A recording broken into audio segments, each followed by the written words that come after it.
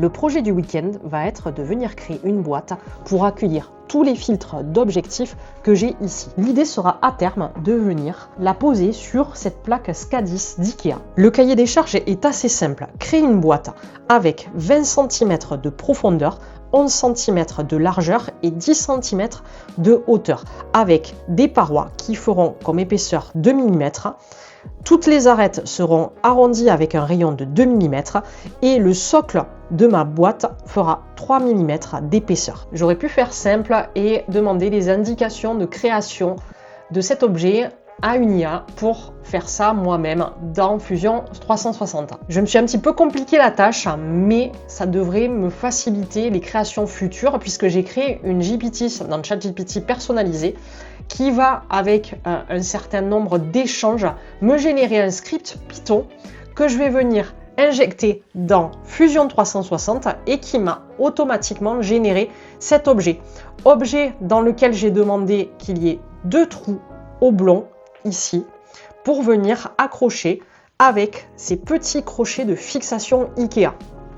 Une fois ceci créé, je l'ai exporté en STL pour pouvoir ensuite, dans le logiciel Bamboo Studio, créer un projet et venir importer ce modèle STL à l'intérieur. Il n'y a plus qu'à imprimer maintenant et je te laisse avec les pressions.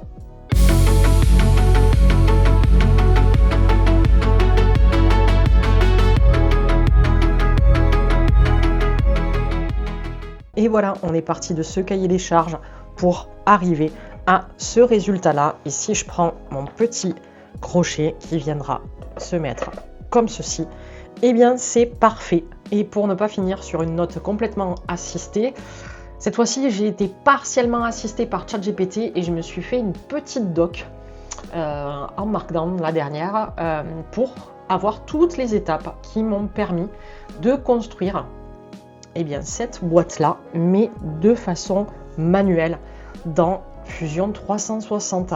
Bon, ça m'a pris quasiment autant de temps que de prompter les scripts pour me générer un script Python, mais c'est très satisfaisant d'arriver à ce résultat-là.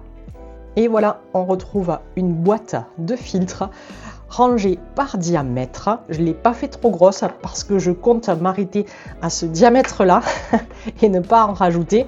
Et voilà, on a le petit crochet qui va venir gentiment s'insérer pour mettre sur la plaque SK10. Je vais vous montrer ça quand même pour finir. Et voilà le rendu sur la plaque SK10. Il ne me reste plus qu'à poser cette plaque et rajouter plein de trucs en plus de cette boîte à filtre. C'était vraiment très satisfaisant de vous montrer ce projet aujourd'hui. J'espère que ça vous aura plu et que ce nouveau format sur mon compte Insta vous aura également plu. N'hésitez pas à me le dire en commentaire et si ça vous intéresse de voir d'autres créations dans le genre.